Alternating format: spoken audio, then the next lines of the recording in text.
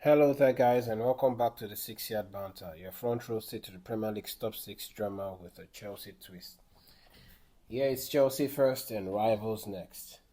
Alright, guys, so we have quite a few things to talk about today before I wrap up with my Premier League, the Chelsea lineup for the game against Brighton at Stamford Bridge.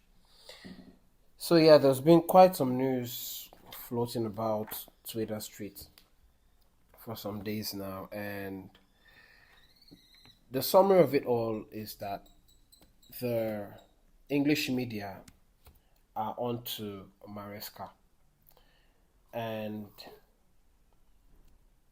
I just feel like it's quite unfair that after doing so much to achieve what he's been able to achieve with the crop of players that he's been dealt with,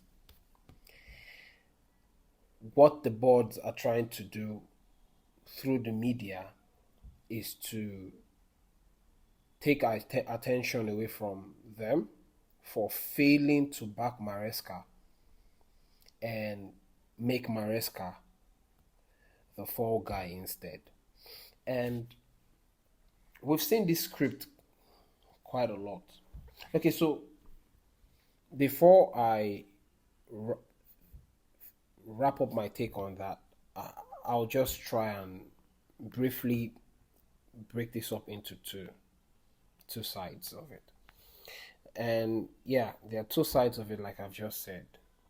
The first one is the fact that Maresca knows that the transfer window, the summer window, or the window is not going to be open until January, and he has to try as much as possible to work with what's available to him, and not just working with them, but use players in the right position, so that if there is anything after doing what doing the right thing, then we all can see that okay, he has done the right thing, but it's just not worked. But when you misprofile players, you use a right back for midfield and all that. I think that is actually is shooting himself in the foot. So the boards are coming out through journalists, people like Matt Law and some other journalists to deflect and come out to say that he has been provided with good players. Hence, they expect that he should be able to produce results with what he's been provided with. Okay, so the thing is, if Maresca uses his players the right way and they don't end up producing and providing coming out with good result, then everyone can see that Maresca is not the one at fault here. Okay, and then all hands can be pointed towards the higher ups and the sporting directors. But in a situation where he's mismatching players and misprofiling players, then he's doing himself dirty, like I've said. The second one, it's onto the sporting directors and the higher ups. Okay, and I agree with what Jamie Carragher has said. Carragher has said that it's not about what Maresca is doing or has done. One of the things Carragher said is that it's baffling how few pundits and supporters believe they will be able to challenge clubs like Liverpool, Arsenal, Man City, Real Madrid, and Paris Saint-Germain in 2025-2026 season. Chelsea are not being judged to the same standard they were under Roman Abramovich because they are hiding behind a prolonged transitional phase which keeps extending by targeting similar profile of young players in each transfer window. And what Carragher said is not far from the truth. He's hit the nail right on the head. Season in, season out for the past 3 seasons, the clubs have brought in players that have very little to no experience in top flight football. And it's you expect that these players will be able to do something instantly. It's impossible. In as much as we know that these players will come good in the future, what happens to now? You spend nearly £2 billion, and this is just what we have. We don't have a replacement for Cole Palmer if anything happens to Cole Palmer. And we still have some updates on Cole Palmer. And the right wing is still looking like it needs an upgrade. Garnacho, we know that there's a player in there, but we don't know whether that player is going to come out. Gittins still showing like he still needs quite some time to adapt to the demands of the Premier League. We sold Nkunku, but we did not get a replacement for him because somebody you cannot tell me that Facundo Buonanotte is up to Nkunku's standard. We let Nicholas Jackson go to Bayern Munich and got in Liam Delap, knowing fully well that the season was going to be long. One, two, the players barely had any time to rest, which means there was a big chance that players would get injured at some point. And the season has not even gone far. 5 weeks into the season, we have lost players like Liam Delap. We've lost Levi Colwell. We still do not have assurance. We've lost Romeo Lavia. Fofana is still there. We still don't have an update yet as regards Badiashile. These are players that were bought to make the team strong, and they are not even available. And there is no cover up for them. And then we are left. Maresca is being tasked with the job to trust players that don't have enough experience in top flight football. This is just it. And then speaking on the Maresca's perspective, at some point he's going to want to. You don't expect him to just sit in a position and then he sees the rest of his mates challenging for titles and honors, and he's only just left with the job to grow players and develop players, only for them to be sold at the end of the season. For how long is it going to be in this? Will he want to be in this kind of position? It doesn't make any sense. Like I said, I gave an instance where using Pep Guardiola as one, or Jose Mourinho. If he wasn't given the right players, do you think Pep Guardiola would be the coach he is today? In Barcelona, Guardiola had Iniesta. He had Gerard Piqué. He had Messi. He had Eto'o. He had, at some point, he had Henry. He had Pedro. And the list goes on like that. Moving on to Bayern Munich, you could still see the calibers of players that Guardiola had. It came down to Man City, and you could still see the kind of players Guardiola had. Just Mourinho had he had Drogba, he had Lampard, he had Essien, he had Makelele, he had John Terry, and the list goes on and on and on and on. So for Matt Law and the rest of the journalists coming out to say that Maresca has been publicly critical of the sporting directors and the higher ups, saying that he's having a dig at them and poking them, and that most club owners will not stand for such. Yeah, I understand that. But when it is it is now a question of what the coach is being provided with, and then it's looking like he's going to end up being the fall guy. At some point, you do not expect that Mourinho will be in this kind of situation and you expect him not to talk. At some point, if this was Conte, the roof would have been off already. The roof at Coburn or at Stamford Bridge would have gone off already. Yeah, because coaches do not want a situation whereby they are seen as failures when what the club provides them with is not up to the standard. Maresca is being provided with less quality than what he requested for. Compare Facundo Buonanotte to Xavi Simons or Mohamed Kudus, even Fermin Lopez. So, and then we end up with Mohamed Kudus, Facundo Buonanotte, and then having to recall Guiu. Okay, so yeah, so even though we did not know initially that Chelsea already had agreement in place for Emmanuel Emega from Strasbourg, but then again, Emmanuel Emega is might not the earliest he can get come to Stamford Bridge is in January. At the most, the end of the season. But what happens now?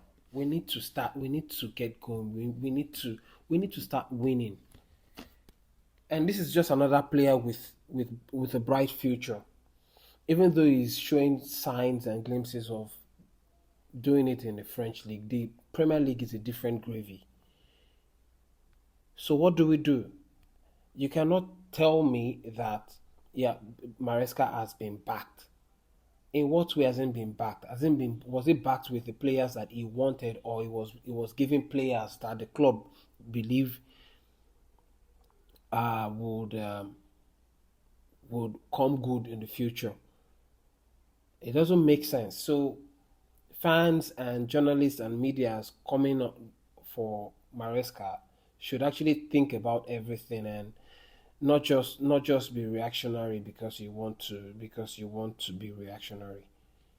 I mean, put things into prospect and put things into context, and uh, and be fair.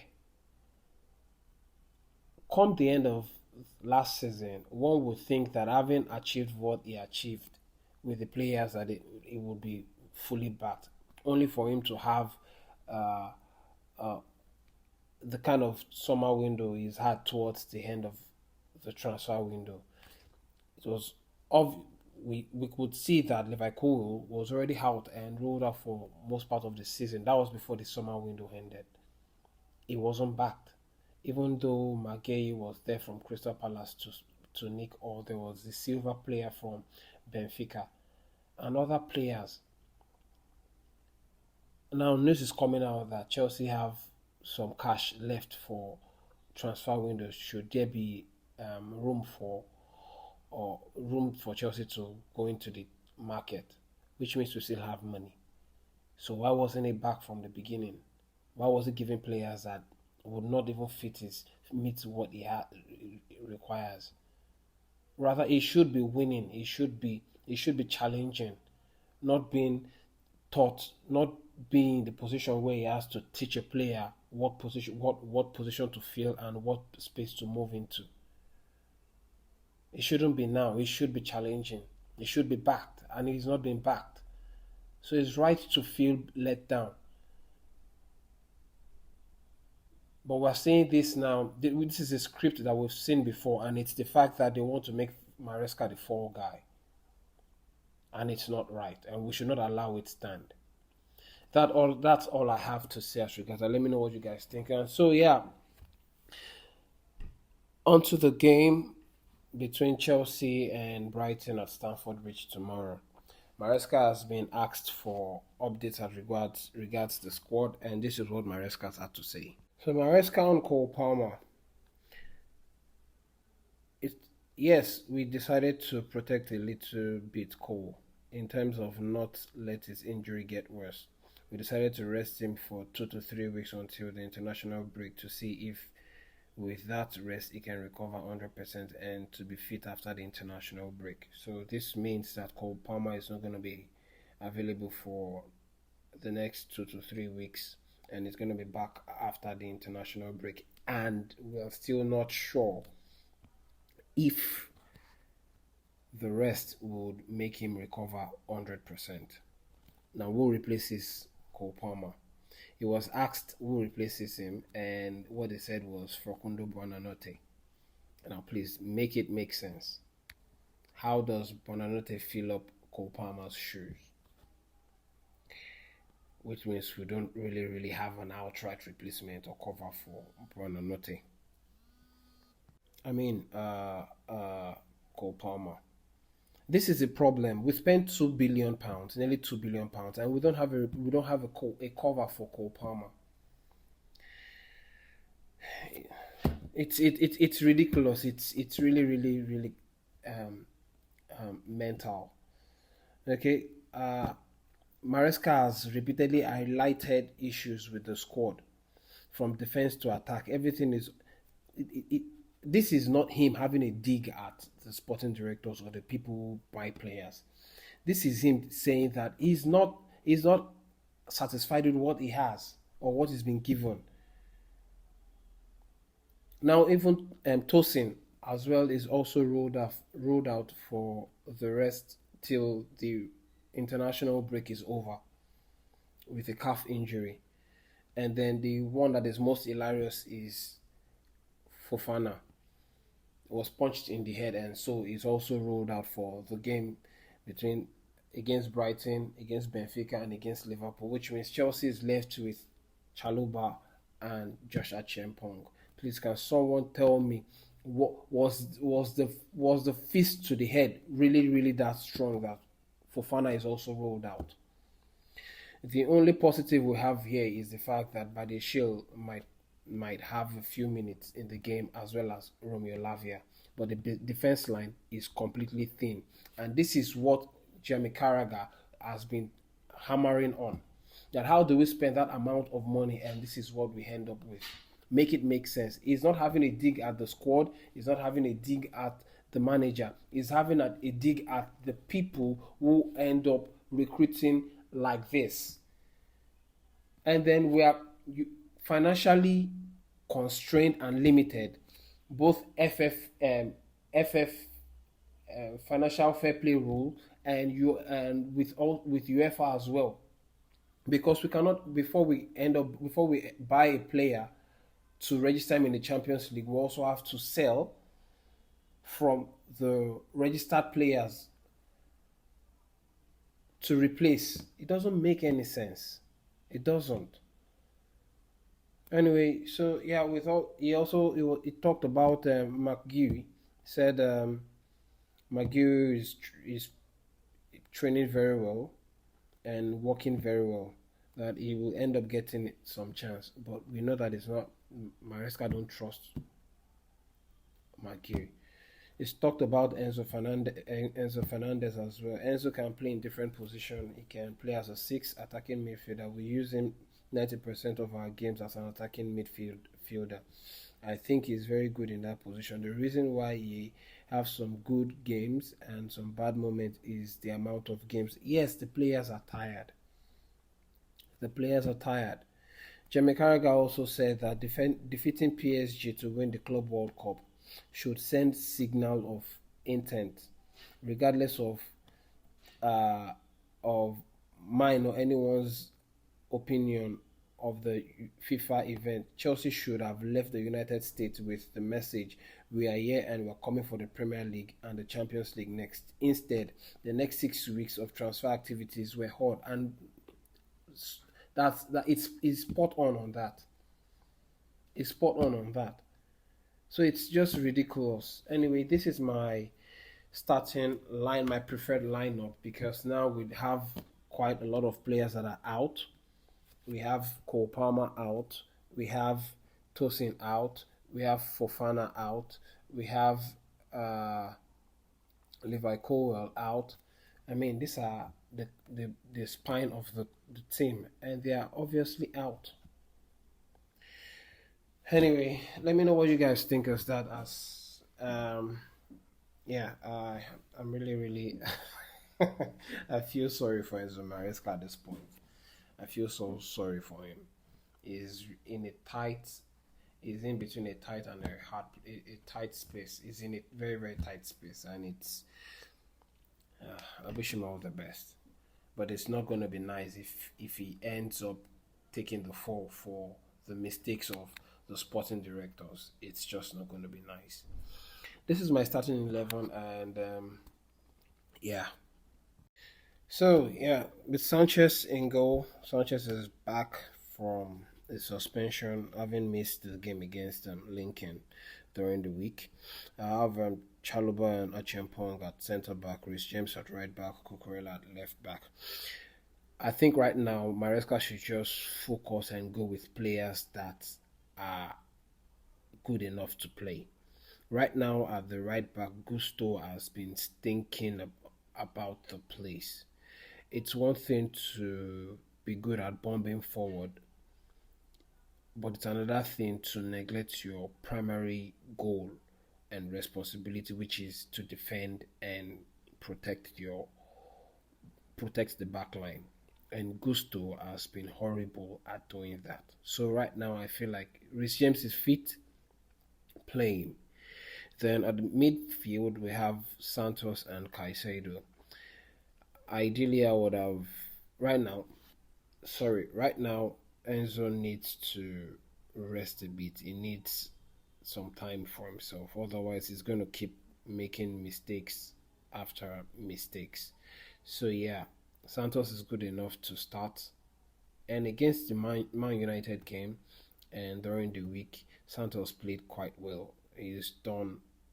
He has hardly placed the foot wrong. So yeah, let's give Santos the time to play alongside Caicedo. On the left hand side, we have Neto, then João Pedro as a 10, and Estevao on the right with Guiu. The reason I'm putting Guiu up top is because through him, João Pedro will be able to link up and play. And then Guiu also give the remaining three attackers, João Pedro, Neto, and Estevao, room to run into. So yeah, this is my lineup. And then on the bench we have Jorgensen. Fofana is out.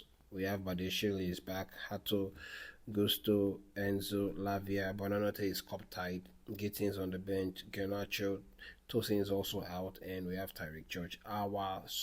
The bench is very very thin, and this is what we get for having spent £2 billion. So if you ask me what this, I'm not gonna jump the gun, or try to get ahead of myself. I think that Chelsea will get it. This game is going to end in a draw. Yeah, this game is going to end in a draw. And then elsewhere, I think that the game between Liverpool versus Burnley, the game between Manchester City versus Burnley, I think Man City win comfortably. The game between Crystal Palace versus Liverpool, I think Liverpool will nick a win. And then Wales, I think Man United versus Brentford, I think that game might end up in a tie. Yeah, so that's basically it. Yeah, let me know what you guys think about everything that's been said. Don't forget to like, comment, and subscribe on everything that I've talked about. And I would like to know what your score prediction between the game between Chelsea versus Brighton will be. And if you think I'm right as regards coming to the defense of Enzo Maresca.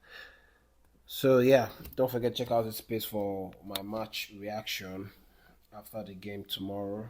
Until we meet again, it's Chelsea first and rivals next. Peace.